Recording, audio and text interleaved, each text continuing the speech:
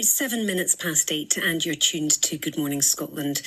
Let's get more on our top story. A woman whose former partner was convicted of raping and assaulting her says she'll be less safe when he's released from prison than on the day she reported him.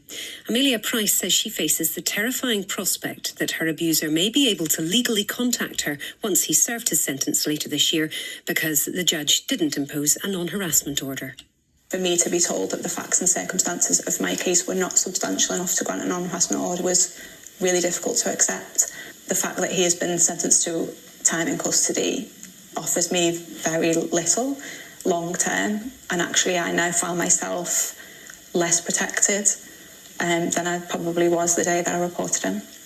Well, Amelia is now waiving her anonymity to call for a change in the law so that non-harassment orders are mandatory in cases like hers. Well, we're joined now by Thomas Ross, KC. Good morning to you. Thank you for joining us. And, Hi, good morning. Thomas, just for those of us who don't have a legal background, just to explain exactly what a non-harassment order is and what it's designed to do. Well, it's actually a sort of top-up to the punishment which the court imposes. So usually there will be a period of imprisonment, sometimes there'll be a fine or community service. But in addition, the court will make an order which essentially prevents the offender from contacting his victim with penalties which can be imposed in the event that he breaches the order. So a lot of people listening to this would think that makes perfect sense. Why would you not automatically impose one of those if somebody's found guilty of rape? Well, certainly in the case of somebody who's found guilty of rape, it's almost impossible to imagine circumstances where it wouldn't be appropriate. But of course, the non-harassment orders don't only apply to cases of rape, and they will go all the way down the scale. And in those circumstances, the government thinks it right that it should essentially be left to the judge. I should say the question that did occur to me in listening to the report is it would have been open to the prosecutor to appeal against the non-making of a non-harassment order in this case. And I simply don't know whether there was any communication between Amelia and Crown Office to explore that option. And sadly, she's not with us just at the moment to put that question to her. But what do you make of Amelia Price's suggestion that they should be mandatory in certain cases of domestic abuse? I'm not sure that she was suggesting in certain cases. I think she was suggesting it in all cases, and I don't think I could sign up to that. I mean, generally speaking, we allow the judge's discretion. As I said, she clearly thinks the judge got it wrong. The prosecutor could have appealed against that order, and different judges would have assessed that. So there are protections in the system. And the other thing that occurred to me is that the offender will, I expect, apply for parole to be released early from prison.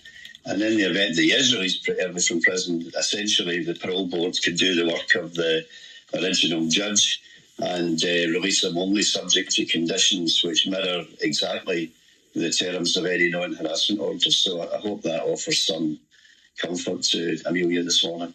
I know that you think it should be left to the judge's discretion, but are victims asked if they'd like to see one imposed routinely? They should be. I mean, yeah, they should be. I mean, there is a concept of victim statements where prosecutors will speak to victims in advance of the sentencing process, and they can communicate to the judge the views of the victim in relation to the sentencing exercise. But I don't know whether that happens. Obviously, sometimes it can't happen for practical reasons, but in most cases it does happen. I should say, in fairness to the government, that they have moved. It used to be a position where the prosecutor had to apply for a non-harassment order before it became a live issue for the sentencing judge. But the legislation was changed as a result of an act of 2018.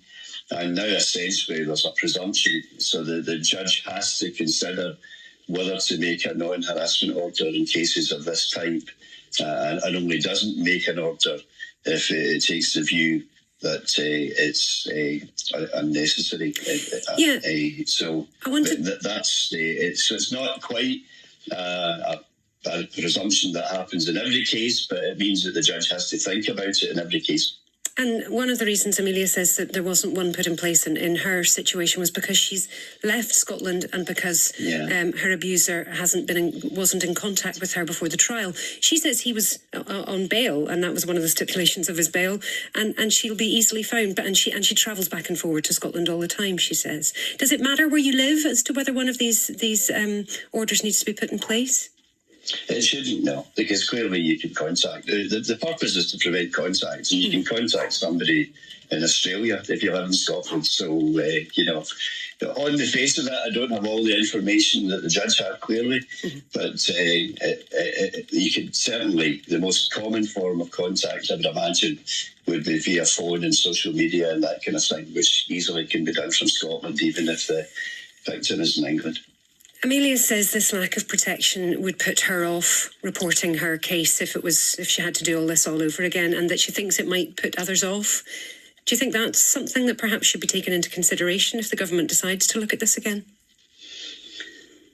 Well, he's serving, as I understand it, more than 4 years imprisonment, so there was some response to it. The parole board might impose conditions which prevent him contacting us. So, there are quite, I would imagine, there's an argument that something has been achieved from reporting it, and I would hope that other people who are in Amelia's position would look at those positive steps which have been taken by the court and might be taken by the parole boards, and be encouraged to report people who are abusing them. I'm thoroughly in favour of that. I don't challenge Amelia's experience or views of the experience, but the story isn't over yet. It's still possible for the parole board to take it up, and I noted in the report the Crown Office have offered to meet with Amelia, and I suppose that's one of the questions that might be asked, why there was no appeal against the judge's refusal to make an non-harassment order. Thomas, thank you for your expertise this morning. Thomas Ross, KC there. It's 8:15, and the UK Defence Secretary says there can be no negotiation